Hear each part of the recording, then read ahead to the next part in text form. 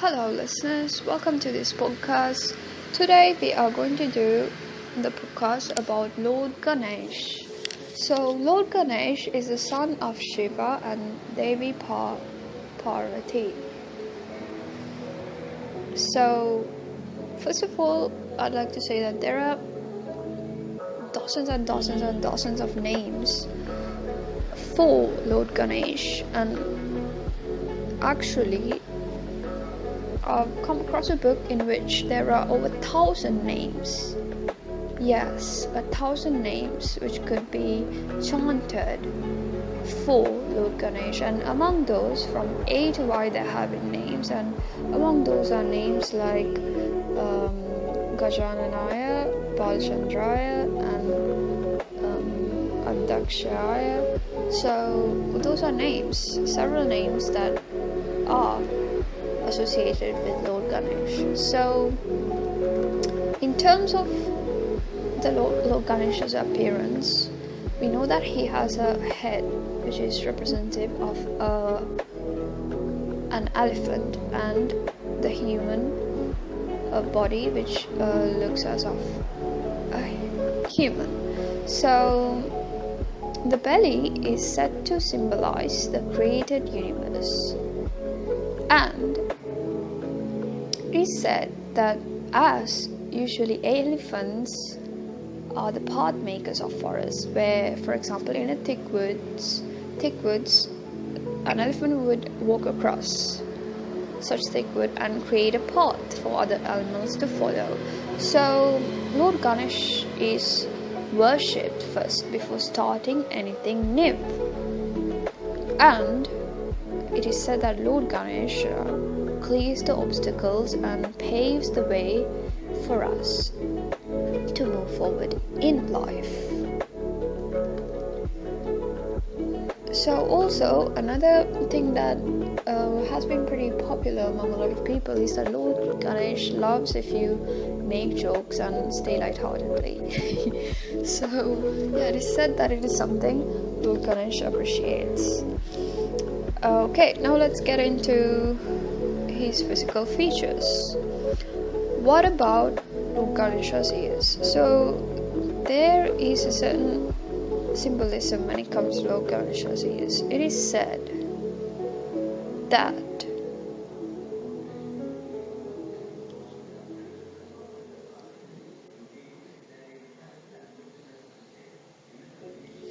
it allows him to listen to all prayers of everyone who prays for him throughout the world.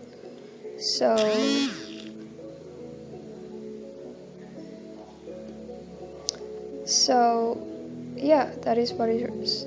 And it is also mentioned that having those ears, it also is a lesson for us humans to know that listening is one of the most necessary qualities that we must have in order to succeed in life, being able to listen. So what else? We are going to talk about the trunk now. So the trunk can hold anything and everything that is existent in this universe. So it is a lesson for us that we must be able to be adaptable and be efficient in life and be able to attune to any circumstance that we might come across in life. The two tusks of Lord Ganesh represents aspects of the human personality, wisdom and emotion. So the right tusk represents wisdom and the left tusk represents emotion. And the broken left tusk conveys the idea that one must conquer emotions with wisdom to attain a good life. So conquer emotions with wisdom, being able to reason your emotions, for example, and being able to have wisdom over and control over your emotions. The Trishul over forehead symbolizes time, past, present and future, and Lord Ganesha's mastery over it. The four arms of Lord Ganesha represents the four inner attributes of the subtle body, that is mind, intellect, ego, and conditioned conscience. Lord Ganesha represents pure consciousness, which enables these four attributes to function in us. The hand waving an axe is a symbol of retrenchment of all desires, bearers of pain and suffering. With this axe, Lord Ganesha can both strike and repel obstacles. The axe is also to prod man to the path of righteousness and truth. The second hand holds a whip, symbol of force that ties the devout person to the eternal beatitude of God. The whip conveys the worldly attachments and desires should be rid of.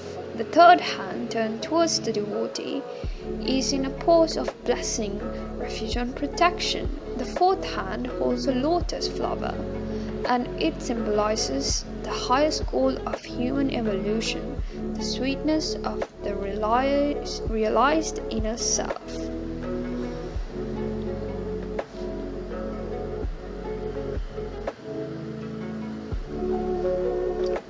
And as Lord Ganesha's right foot is dangling over the left foot, it illustrates that in order to live a successful life, one should utilize knowledge and reason to overcome emotions. And what about the mouse? The mouse that you can find in most statues and depictions when it comes to Lord Ganesha. So the mouse is sometimes interpreted as Lord Ganesha's vehicle, and that it indicates all lives are equal, and it is the duty of every human to take care of the humble lives around, as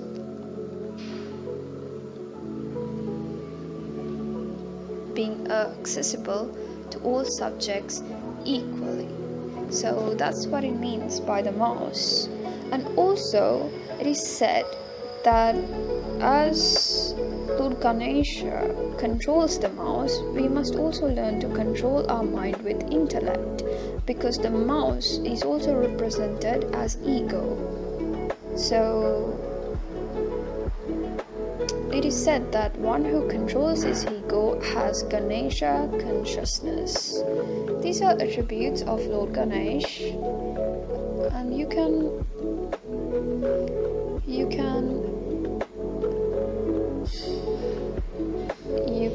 worship Lord Ganesh and ask for his blessings whenever you need to.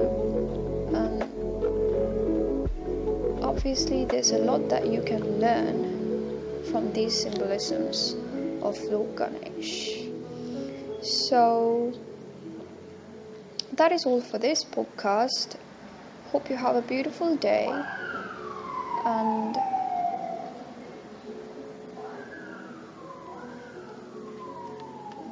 thank you for tuning in.